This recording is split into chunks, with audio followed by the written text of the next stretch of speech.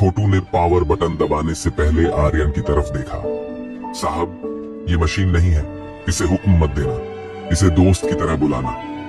वर्मा ने बटन दबाया। झूम, खड़खड़, रोबोट की आंखों में लाइट जली, लेकिन तभी रोबोट के सीने से जोर की आवाज आई और धुआं निकलने लगा। रोबोट फिर से झटके लेने लगा। विस्फोट होने वाला है। मैंने कहा था ना, ये अनपढ़ लड़का हमें मरवाएगा। आर्यन का दिल बैठ गया। उसने छोटू की तरफ गुस्से से देखा। छोटू भी घबरा गया।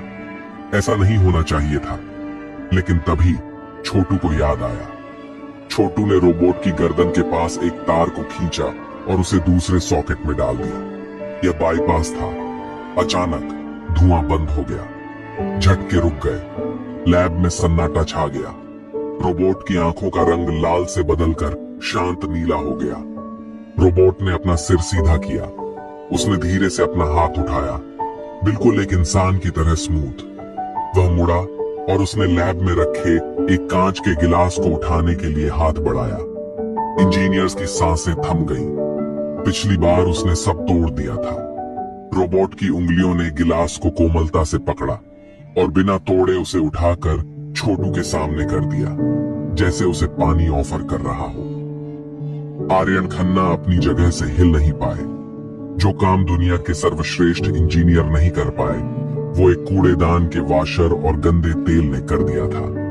लेकिन असली चमत्कार अभी बाकी था। लैब में गहरा सन्नाटा था। मिस्टर वर्मा का मुंह खुला का खुला रह गया था। रोबोट अब पूरे कमरे में चल रहा था, बिना लड़खड़ाए, बिना शोर किए। उसकी चाल में एक गजब का संतुलन बैलेंस था। आर्यन खन्ना धीरे धीरे चलते हुए छोटू के पास आए। उन्होंने झुककर उस बच्चे के गंदे, काले, ग्रीस से सने हाथों को अपने हाथों में ले लिया। उनकी आंखों में आंसू थे। तुमने यह कैसे किया? आर्यन ने अविश्वास से पूछा। छोटू ने मासूमियत से जवाब दिया, साहब, आपके साहब लोग इंजीनियर्स किताब पढ़कर मशीन को समझाते हैं कि उसे क्या करना है। मैं मशीन की सुनता हूं कि वो क्या चाहती है। इसका एक पैर छोटा था, इसलिए ये गिर रहा था, और इसका तेल जम रहा था, इसलिए ये चिढ़ रहा था। मैंने बस इसे आराम दिया। मिस्टर वर्मा शर्म से सिर झुकाए खड़े थे। उनकी करोड़ों की डिग्रियां आज एक बच्चे की समझ के सामने बोनी साबित हो गई थी। आर्यन ने उसी वक्त एक फैसला लिया। उन्होंने लैब के माइक पर घोषणा की, जिसे पूरी कंपनी ने सुना। आज से प्रोजेक्ट जीरो का नाम बदलकर प्रोजेक्ट छोटू रखा जाएगा। और मिस्टर वर्मा, आप आज से इस प्रोजेक्ट के इंचार्ज नहीं हैं। यह बच्चा, जिसका नाम छोटू है, आज से हमारी इनोवेशन टीम का मुख्य सलाहकार, चीफ एडवाइजर होगा। लेकिन सर, ये बच्चा है, अनपढ़ है। वर्मा ने आखिरी कोशिश की। यह अनपढ़ नहीं है वर्मा जी, आर्यन ने सख्त लहजे में कहा। इसके पास वो शिक्षा है जो तुम्हारी यूनिवर्सिटीज में नहीं मिलती, अनुभव और जुनून की शिक्षा। आर्यन खन्ना ने छोटू को गोद लिया।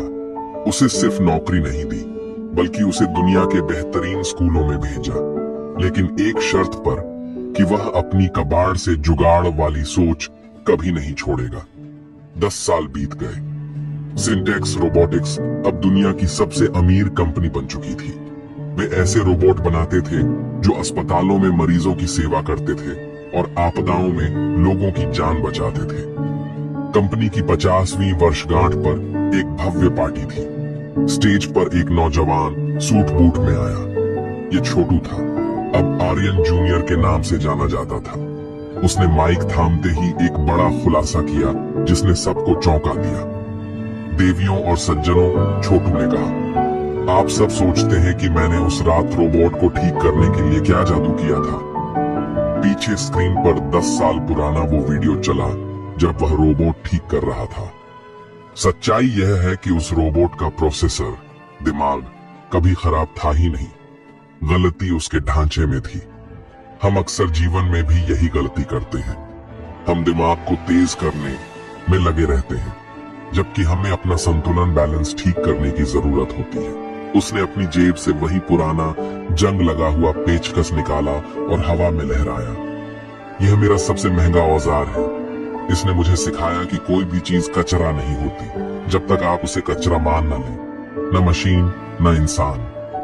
पूरी हॉल तालियों की गड़गड़ाहट से गूंज उठा। मिस्टर आर्यन खन्ना, जो अब बूढ़े हो चुके थे, सामने की सीट पर बैठकर मुस्कुरा रहे थे। उन्होंने एक कूड़ा बीनने वाले को नहीं, बल्कि देश के भविष्य को कचरे के ढेर से उठाया था।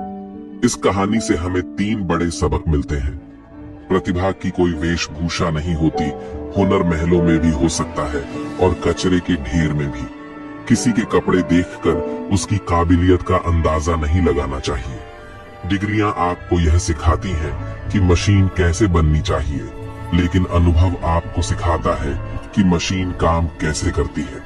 समस्याओं का समाधान अक्सर जटिल कोडिंग में नहीं, बल्कि सरल समझ, कॉमन सेंस में छिपा होता है।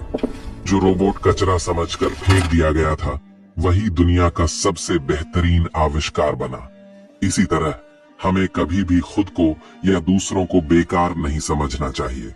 सही नजरिया और थोड़ी सी मरम्मत किसी भी कबाड़ को सोना बना सकती है।